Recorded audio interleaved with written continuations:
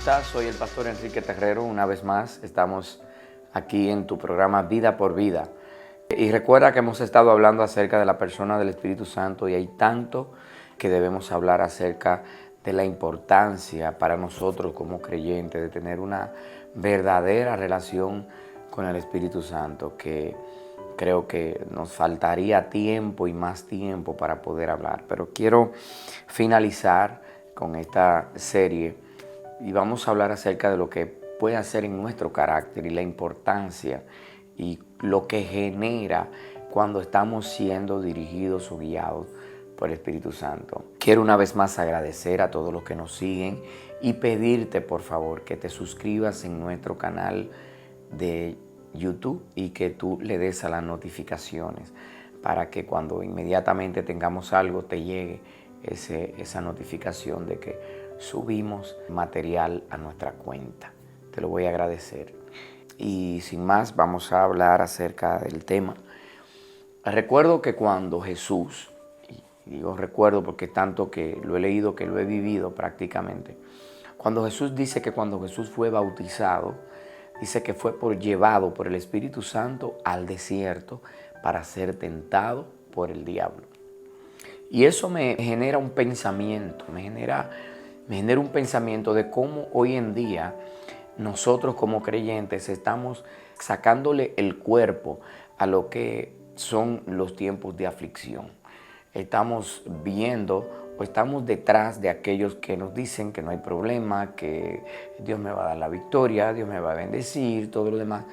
Y no nos imaginamos que el Espíritu Santo en algún momento nos puede impedir que hagamos algo, o mejor dicho, o nos puede exponer muchas veces a que nosotros salga algo de nuestro carácter que no va acorde con su propósito.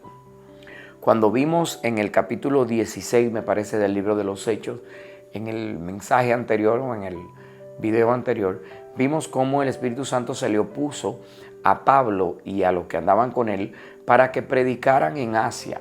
Él le impidió que ellos predicaran la palabra de Dios. ¿Cómo va a ser que el Espíritu Santo le impida al creyente predicar la palabra? Pero también cuando vemos el bautismo del Espíritu Santo, el Espíritu Santo expuso a Jesús a la tentación. Hizo que el diablo tentara a Jesús.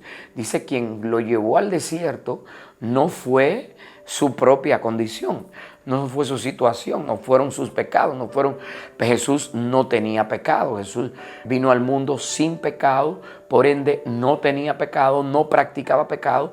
Es diferente al creyente, el cual nosotros mentimos, nos justificamos y hacemos cuantas cosas, por lo cual es tan necesario vivir una vida de perdón, de arrepentimiento continuo, de limpiar nuestro corazón. ¿Y quién puede hacer eso en nosotros? ¿Quién? El Espíritu Santo.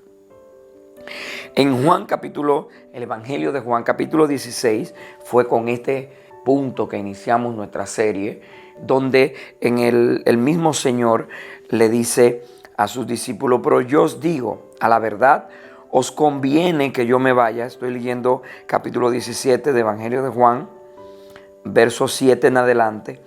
Y si no me fuera, el Consolador no vendría a vosotros.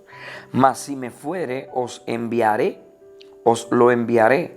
Y cuando Él venga, os convencerá al mundo de pecado, de justicia y de juicio. De pecado por cuanto no creen en mí, de justicia por cuanto voy al Padre y no me veréis más, y de juicio por cuanto el príncipe de este mundo, refiriéndose ¿a quién? Al diablo, Satanás, la serpiente antigua, como usted quiera. Hay muchos creyentes hoy en día que no les gusta que le hablen del diablo, pero realmente Jesús es quien trae al escenario al diablo, y lo trae porque Él sabe que en algún momento va a tener que certificar que es un verdadero creyente, que es un genuino hijo de Dios, quien legitima, créame o no, quiera yo o no, parte de la legitimación del creyente o del Hijo de Dios. ¿Sabe quién es? Satanás. ¿Cómo? A través de sus tentaciones. Cuando yo me niego a lo que antes yo hacía, me movía, lo que yo buscaba, lo que a mí me gustaba, cuando yo me niego a eso, o mejor dicho, muero a eso de manera constante, entonces esta va a ser una de las señales más claras que quien me está dirigiendo es el Espíritu Santo. Veamos cómo lo expresa el apóstol Pablo en el capítulo 4 del libro de Efesios. La misma iglesia que en Apocalipsis el Señor le dice: tengo contra ti que has descuidado el primer amor. Les recomiendo que busque ese capítulo y lo lea. Pero quiero ver cómo el apóstol Pablo le habla a la iglesia de Efesios, una iglesia madura. Y en este capítulo, del capítulo 4 de Efesios, habla de la unidad del Espíritu, pero también habla del sentido de la unidad interna que debe tener el creyente y cómo puede lograr esa unidad interna con la ayuda del Espíritu Santo. Versículo 17 del capítulo 4 del libro de Efesios.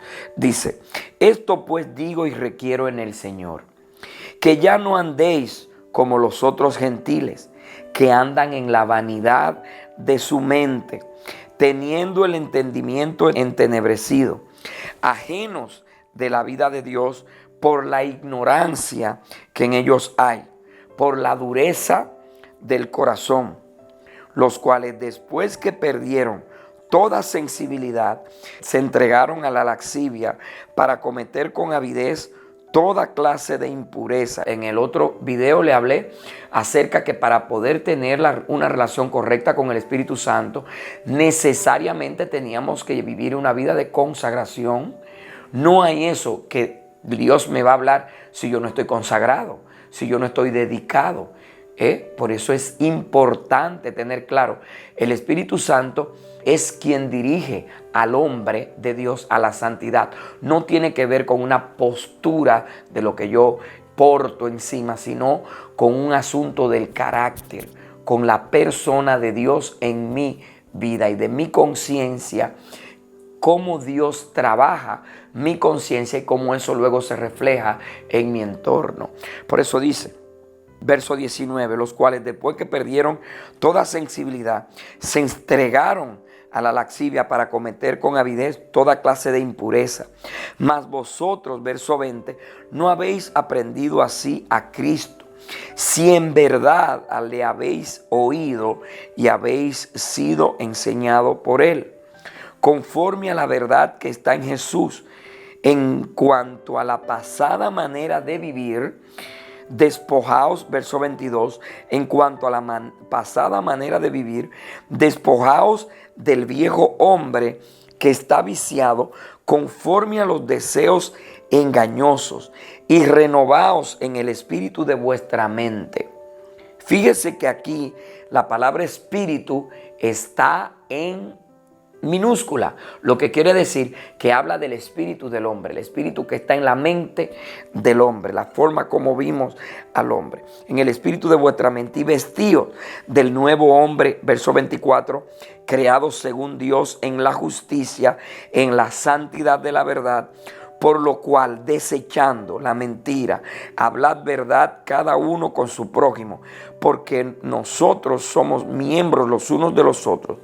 Verso 26, airaos, pero no pequéis, no se ponga el sol sobre vuestro enojo, ni deis lugar al diablo. Verso 27, el que hurtaba no hurte más, sino que trabaje haciendo con sus manos lo que es bueno para que tenga para compartir al que padece necesidad.